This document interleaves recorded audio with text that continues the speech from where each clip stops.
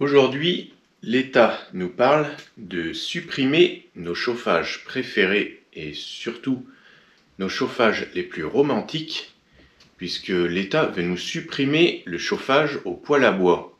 Ça va de même aussi, bien sûr, pour les cheminées. Or, Oda, la directrice de la chaîne, eh bien, elle adore son poêle.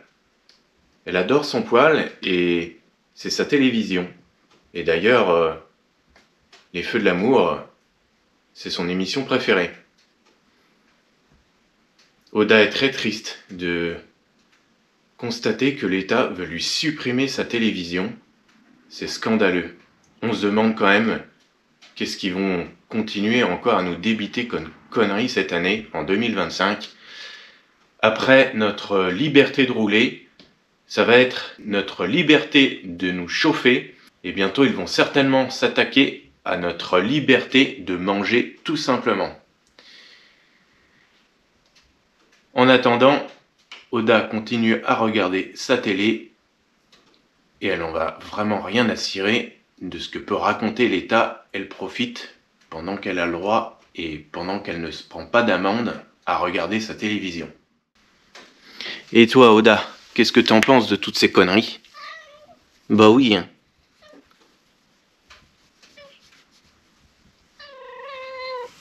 Bah oui. C'est débile. Ouais. Je vous présente un petit peu plus en détail mon poêle à bois.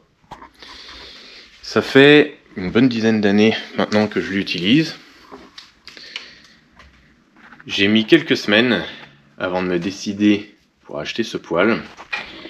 Ce poêle a une particularité puisque, en plus de chauffer la maison, donc je m'en sers par exemple pour me faire chauffer un café.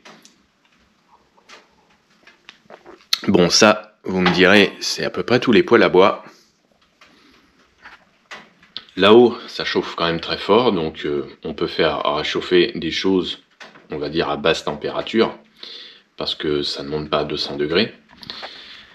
En dessous, on a une partie qui fait four. Alors dans ce petit four, on peut faire chauffer quand même pas mal de choses. On peut aussi faire cuire, on peut faire réchauffer des plats. À l'intérieur, on a bien sûr des niveaux. Donc on a une grille, on a aussi un plateau qui peut retenir éventuellement les sauces. On peut mettre facilement des pizzas dans le four.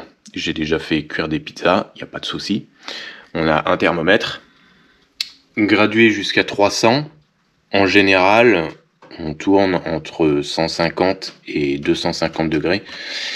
Il est très difficile, je pense, de monter à 300 degrés, mais en fonction des bois que l'on va mettre dans le foyer et en fonction aussi du nombre de bûches, on peut monter facilement à 250, même s'il est vrai que la température très élevée ne reste pas très très longtemps. Alors ce four est déjà d'une très belle capacité et d'un sens, j'ai envie de dire, donc c'est un four à bois, mais c'est aussi, je pense, un four écologique, puisque à partir du moment où on chauffe la maison avec le poêle, on utilise zéro énergie.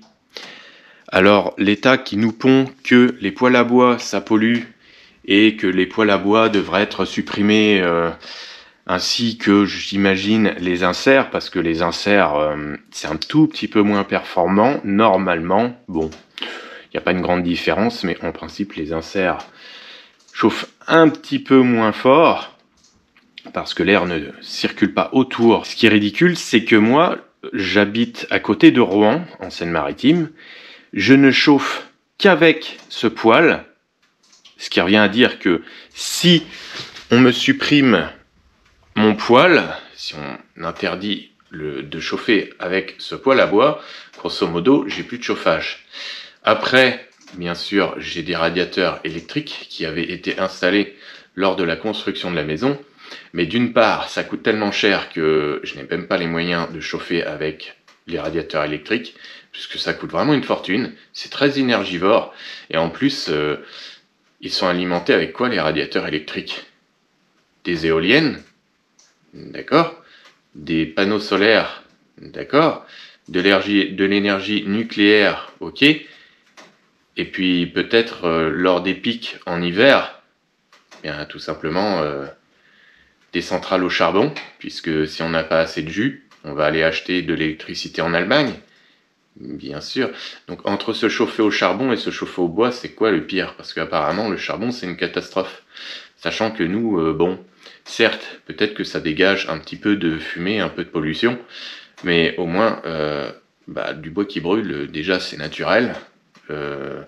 Si on regarde les incendies, par exemple, dans le sud de la France en été, quand on voit les hectares de forêt qui brûlent, je pense pas que ça soit un ou deux arbres brûlés chaque hiver dans ce poêle qui va changer quelque chose. Mais bon, ça, ce n'est que mon opinion.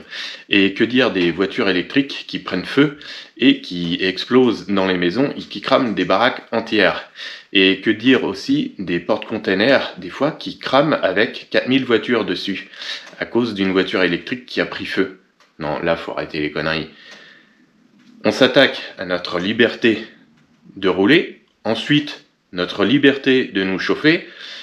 Après, ce sera quoi? Ce sera notre liberté de manger. On n'aura plus le droit de bouffer. Il y a peut-être un moment, il faut arrêter quand même de nous interdire tout, parce que peut-être qu'il y a un moment, on en aura ras-le-bol, non? Alors, chose quand même très appréciable avec un poêle à bois, ça nous dégage de la chaleur, on chauffe toute la maison. D'une deuxième part, ça nous donne un peu de lumière. Et en plus, on s'en sert aussi pour sécher notre linge, parce que notre linge est à sécher dans la pièce au-dessus du poêle. La pièce au-dessus du poêle à bois est chauffée à plus de 20 degrés grâce au poêle, puisque l'air chaud monte et il chauffe toute la dalle qui est au-dessus du poêle. Et comme on a le conduit qui passe à l'étage juste à côté de notre Tancarville, eh bien, c'est un poêle multifonction, puisque d'une part, donc on chauffe la maison, on fait cuire notre nourriture, on se fait réchauffer par exemple des cafés. Ça sert aussi de télévision pour mon chat parce qu'il adore regarder les flammes. Bon, il adore aussi se réchauffer un petit peu le dos aussi. Et aussi, donc ça nous apporte un peu de lumière, un petit peu de chaleur, parce que c'est très chaleureux de voir des flammes vaciller, et ça apporte quand même une très belle couleur.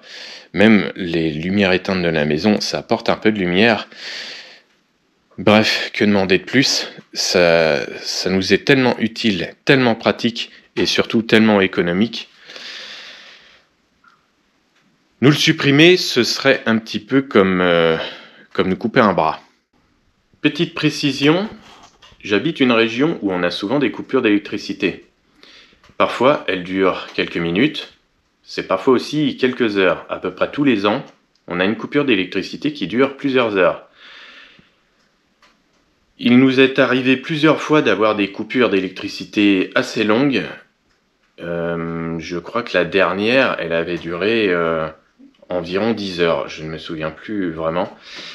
Mais comment on fait pour se chauffer si on n'a plus d'électricité? Parce que tous les moyens de chauffage demandent au minimum de l'électricité. Alors comment on fait pour se chauffer si on n'a pas d'électricité? Et comment on fait pour y voir un tout petit peu clair si on n'a pas le droit d'allumer une bougie? Vous êtes malin quand même, hein? Je sais pas qu'est-ce qu'ils vont nous pondre encore comme ânerie par la suite, mais tout ce qu'ils font, c'est vraiment très très bien réfléchi, mais surtout pour nous casser les pieds. Hein. Une dernière chose aussi un petit peu ridicule, quand vous avez un moyen de chauffage, par exemple une chaudière, que ce soit gaz, fioul, ou même une pompe à chaleur, si elle tombe en panne et que vous avez un poêle à bois dans la maison, vous êtes bien content d'utiliser le poêle à bois ou votre insert. Ce qui veut dire que si on n'a plus le droit d'utiliser les poêles à bois et les inserts, à partir du moment où notre moyen de chauffage tombe en panne, on est obligé de vivre avec 10 ou 12 degrés dans la maison pendant une semaine ou 2 semaines, le temps que le plombier arrive et nous dépanne ou nous change toute l'installation. Super, c'est bien réfléchi quand même, hein, ce que vous pondez. C'est bien. Et alors, j'aurais une question pour notre élite, là-haut, nos super politiciens. Les entreprises qui vendent des inserts, des poêles à bois, des cheminées, ils vont faire quoi?